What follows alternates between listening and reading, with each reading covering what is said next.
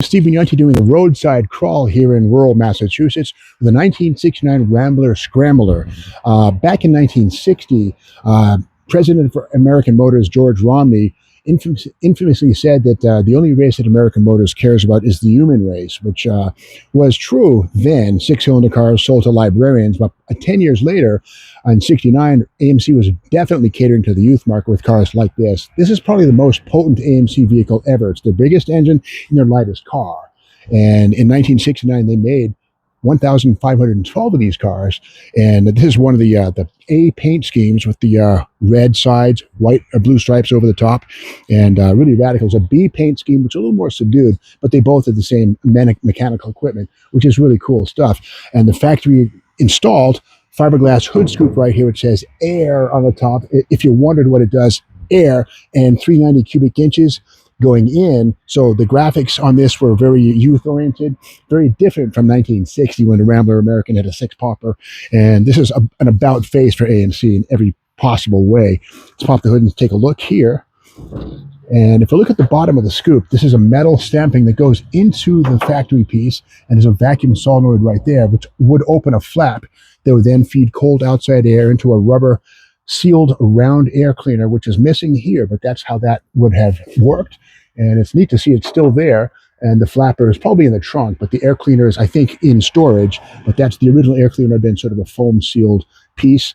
And here's the chrome valve covers factory stuff on the 315 horsepower 390.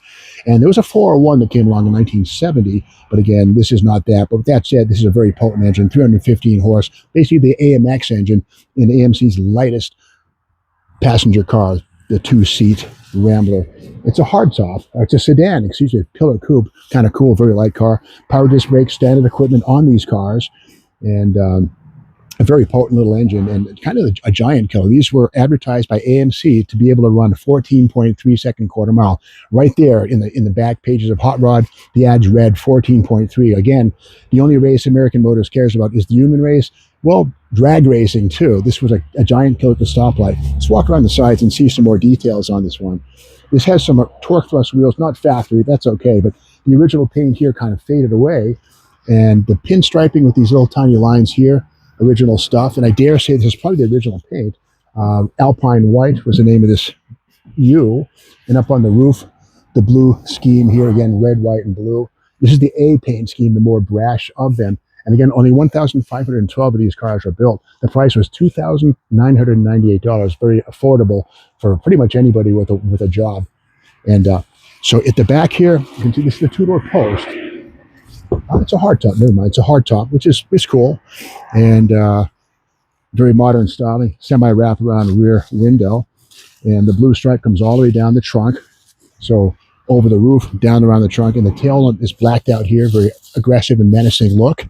And under the back is the AMC Model 20 rear axle with a standard twin traction 354 ratio. And the wheels on the back are the original type. Here they are. And these are factory stuff, blue painted Magnum 500 type wheels. Would have had a trim ring and a center cap. But again, lug nuts are also factory stuff. The blue paint was very radical and very cool. And red, white, and blue, the scheme, all American from American Motors. This has the AMC two-piece rear axle. It's kind of problematic. They're rugged, but sometimes, pulling the brake drum involved that, nut, a cotter pin, and a pulling tool to get the drum off. But with that said, these are fairly rugged. And we can't see it here, but these cars also had the AMX-style overrider traction bars on each side over the axle, which would help to prevent axle hop when you dump the clutch at the drag strip, and also shared with the AMX. And inside, very radical stuff in here. It's kind of neat. This one has radio delete, ignore the antenna, but radio delete plate right there. And really solid floors in this one. Well-preserved 4-speed Hurst shifter right from the factory. And a really great example of the SC Rambler or Scrambler, which is what most people actually call these things. And here in this box, you see some headrests. Let me see if these are the red, white, and blue headrests. It's possible that's what these are. And let's look in here. Okay, they're not. Okay, these are just white, but the headrests on these things, the vinyl actually had a blue stripe in the middle, the red, white, and blue. That was a standard feature on the SC Rambler or Scrambler, as most people call them. And again, radio delete stuff here.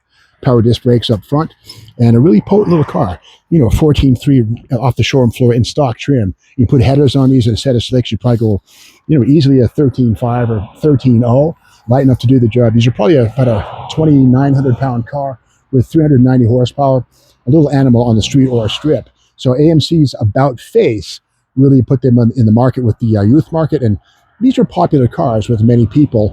And again, not a lot were built, sadly. You'd like to think they made more and would have had more success. And they followed this up in 1970 with the Machine, which is based on a larger car. It had a 390 as well with a little more power, 340 horsepower. And but again, a really cool example of AMC embracing the muscle car movement and selling some cars finally and becoming hip with the kids. So if you like this video, be sure to subscribe to the Steve Maggs YouTube channel. And we'll see you tomorrow with more Junkyard Crawl. Thanks for watching.